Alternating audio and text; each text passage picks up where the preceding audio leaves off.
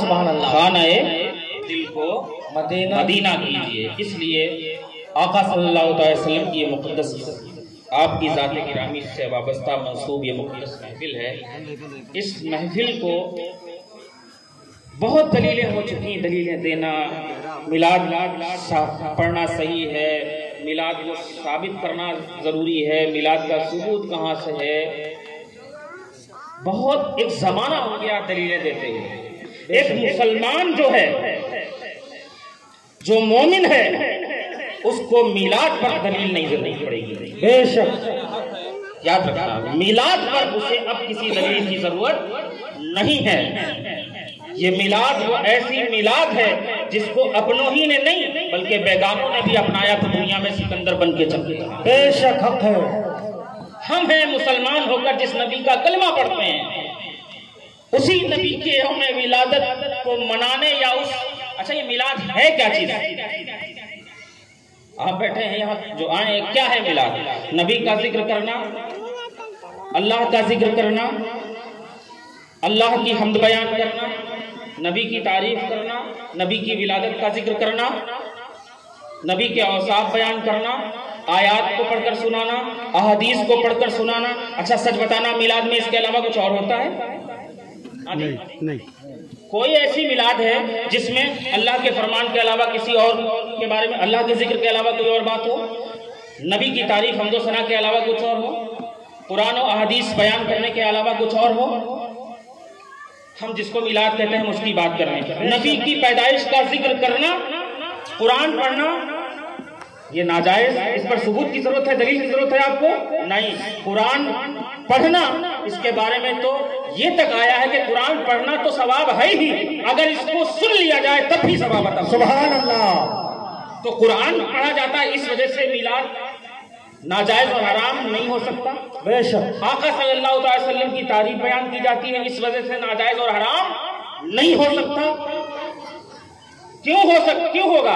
اللہ کے حبیب صلی اللہ علیہ وسلم کی آمد کا تذکرہ کرنا، یہ تو قرآن کا خود عمل ہے، بے شک یہ تو قرآن کریم میں خود موجود ہے۔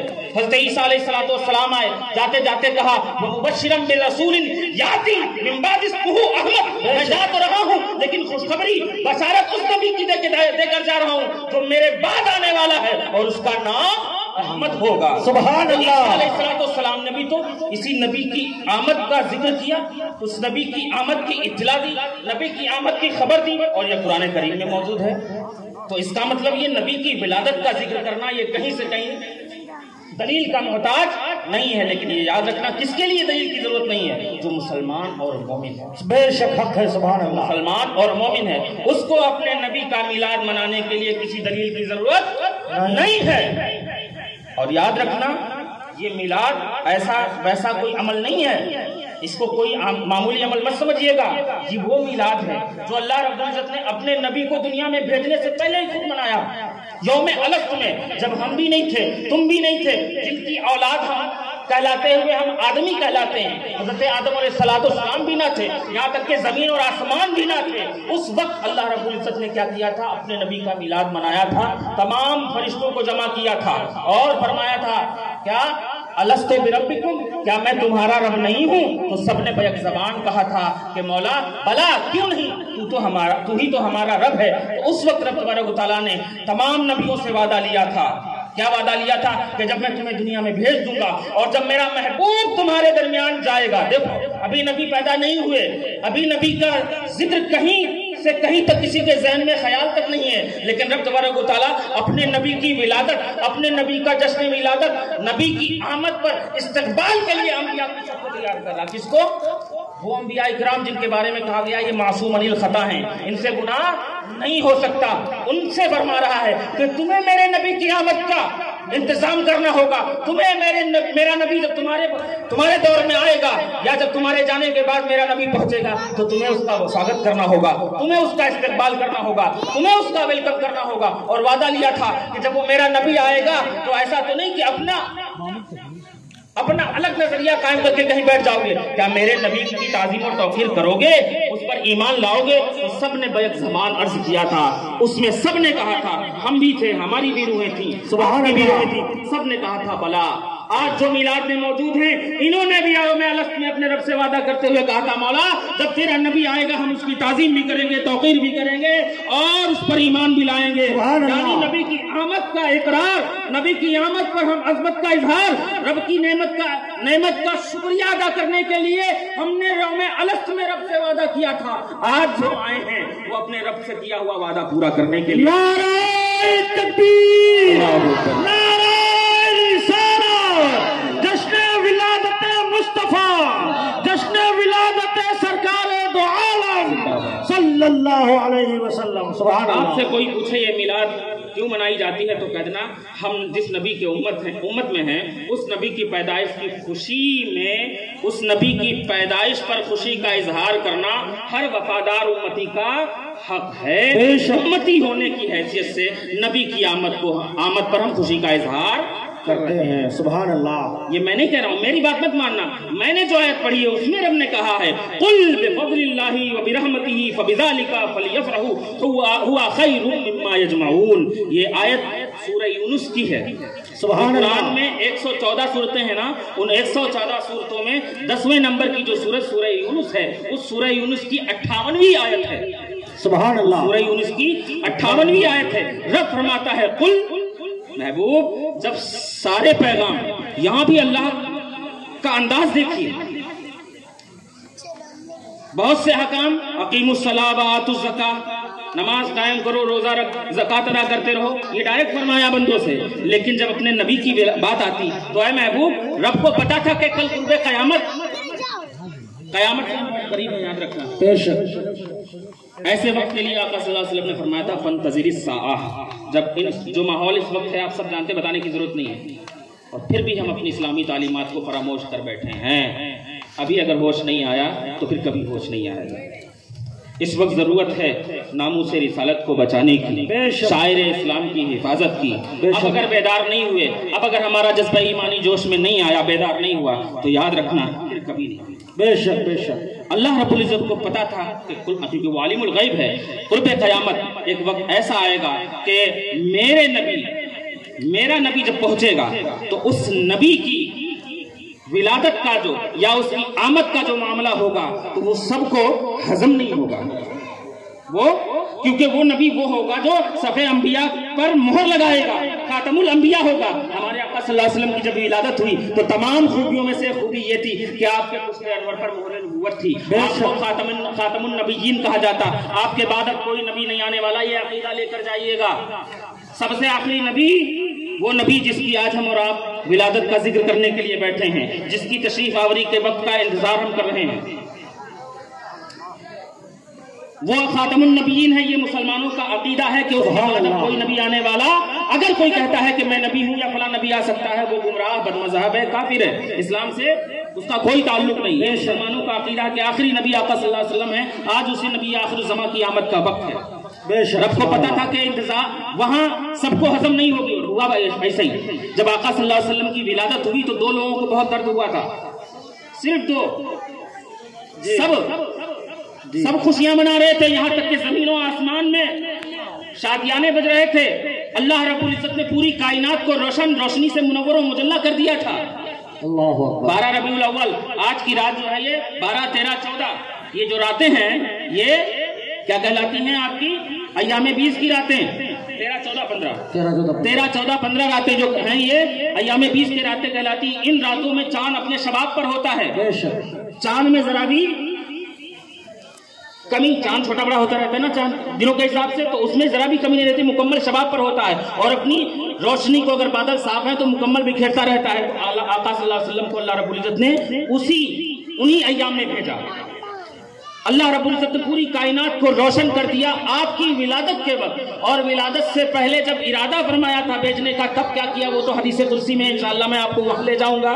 لیکن جن کو درد ہوا تھا نبی صلی اللہ علیہ وسلم کی ولادت پر وہ دو تھے، ایک ابلیس تھا اور دوسرا یہودی تھا۔ بے شک۔ ایک ابلیس اور دوسرا یہ یہودی، یہ دو لوگ جو تھے، یاد رکھنا یہودی آج بھی مسلمانوں کے کبھی وفادار ہمدرد نہیں ہو سکتے۔ ابلیس کو تو اس لیے درد ہوا تھا کہ اس نے بڑے ناز سے رب سے کہا تھا، جب اس کو جنت سے نکالا گیا تھا حضرت آدم علیہ السلام کی کو سجدہ نہ کرنے کی وجہ سے. غور کریے گا, آدم علیہ السلام کو رب نے فرمایا اسجدوا لی آدم, سب سے کہا تھا تمام فرشتوں سے, تو ابلیس نے سجدہ نہیں کیا. تو آدم کو سجدہ نہ کرنے سے, آدم کا احترام نہ کرنے سے, آدم کا ادب نہ کرنے کی وجہ سے اللہ رب العزت نے اسے جنت میں تھا باہر نکال کر پھینک. بے شک بے شک. اسی چڑ میں اس نے کہا تھا لأقعدن علی صراطک المستقیم, اے مولا, اے میرے رب, میں تیرے سیدھے راستے پر بیٹھا رہوں گا, اور جو تجھ تک ڈائریکٹ راستہ پہنچتا ہے میں تیرے اس راستے پر آنے والے تمام بندوں کو گمراہ لأغوینہم اجمعین, میں ان سب کو گمراہ کرتا رہوں گا. تو اس نے, اللہ رب العزت نے بھی کہا تھا جا, میرا جو بندہ ہوگا, جو میرا بندہ ہوگا اس پر تیرا بس نہیں چلے گا. تو جب نبی صلی اللہ علیہ وسلم کی ولادت ہوئی تو شیطان رو رہا تھا, اور رو اس لیے رہا تھا کہ یہ وہ نبی ہیں جو اب ہم کتنا ہی ایڑی چوٹی کا زور لگا کر گمراہ کر لیں, گناہوں کی طرف لے جائیں, بھٹکا دیں, لیکن یہ نبی, اس کی امت میں جو گنہگار بندہ آ جائے گا, اس کی نبی, اس کی امت میں جو گنہگار امتی ہوں گے, اس نے تو وہ اعلان کرے گا شفاعتی لأہل الکبائر منکم, میرے امتیوں گھبراؤ مت, سبحان اللہ, بڑے بڑے گناہ کر بیٹھے ہیں, جو گناہ کبیرہ کر بیٹھے ہیں, میری شفاعت گنہگار امتیوں کے لیے ہوگی, تو وہ تو ہمارے کیے کرائے پر پانی پھیر دے گا. اس لیے شیطان گویا تھا کہ اب تو اس امت کی بخشش کا سامان آ رہا ہے, اس لیے شیطان رو رہا تھا. اور دوسرا یہودی رو رہا تھا کہ یہودیوں کو بڑا ناز اور گمان تھا کہ تقریباً 70,000 انبیاء کرام بنی اسرائیل میں آئے, بنی اسرائیل میں تقریباً 70,000 انبیاء کرام آئے. تو جب یہ آقا صلی اللہ علیہ وسلم جب تشریف لائے تو آپ اولاد اسماعیل میں تشریف لائے. بے شک سبحان اللہ. اس بات پر وہ گھبرائے, بے چین ہوئے کہ ابھی تک نبوت تو ہمارے گھر میں چلی آ رہی تھی, ہماری نسل میں آ رہی تھی, ہمارے خاندان میں آ رہی تھی, اب تو ہم سے نبوت چھن گئی, اس لیے نبوت چھننے پر یہودی رو رہے تھے. بے شک بے شک. تو یہ دو رو رہے تھے. اس کے علاوہ تمام کائنات خوشی کا اظہار کر رہی تھی, کیونکہ رب نے فرمایا ہے قل بفضل اللہ وبرحمتہ فبذالک فلیفرحوا. میں آیت ہی پڑھ رہا ہوں, مطلب بھی بتا دوں. رب نے فرمایا اے محبوب آپ کہو, کیا کہو, کیونکہ مجھ سے ڈائریکٹ بندے کو نہیں ملتا. بندہ اگر مجھ سے مانگے گا بھی تو میں نے جو کیا ہے وہ کیا ہے. رب نے فرمایا خذوا ما آتاکم الرسول فخذوه وما نهاکم عنہ فانتہوا. سبحان اللہ. ما آتاکم الرسول فخذوه وما نهاکم عنہ فانتہوا.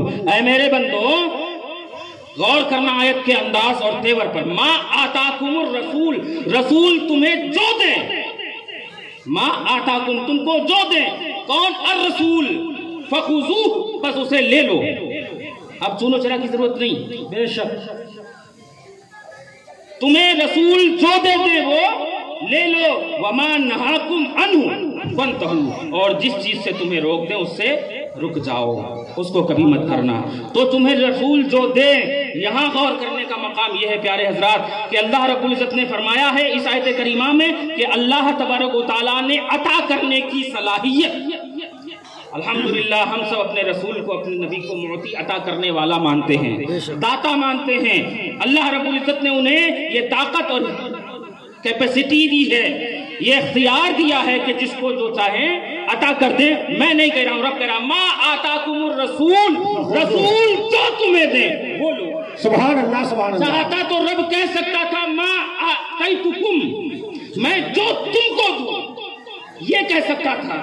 کیا وجہ ہے کہ رب نے کہا ما آتاکم الرسول, کہ رسول جو تمہیں, رسول تم کو جو دے. سبحان اللہ. میں تمہیں جو دوں وہ لو, یہ نہیں بنا. رسول جو تم کو دے وہ لے لو. اور آگے بھی فرمایا وما نہاکم عنہ فانتہوا, جس سے تمہیں روک دیں اسے باز آ جاؤ. سبحان اللہ سبحان اللہ. اس آیت نے ایک بہت بڑا مسئلہ حل کر دیا ہے کہ اگر ہم اپنے رسول کو داتا مانتے ہیں, عطا کرنے والا مانتے ہیں, اللہ کی بارگاہ سے رسول کے وسیلے سے کچھ مانگتے ہیں, تو قرآن کے مطابق ہے یہ ہمارا عقیدہ. سبحان اللہ. ہمارا قرآن پر عمل ہے, کیونکہ قرآن نے ہمیں جو کہا ہے ہم اس روٹ سے جا رہے ہیں. اب رب نے کہا ہوتا ما آتیتکم فخذوا, میں جو تم کو دوں وہ لے لو, تب تو پھر یہ صحیح تھا کہ جو کچھ مانگنا ہے اللہ سے مانگو, اللہ ہی دیتا ہے, اس کے علاوہ کوئی نہیں دے سکتا. کیا بات ہے. ہم نے نہیں کہا, رب کہہ رہا ہے. رب نے تو نہیں کہا میں جو دوں گا وہ تم لو. اللہ اکبر.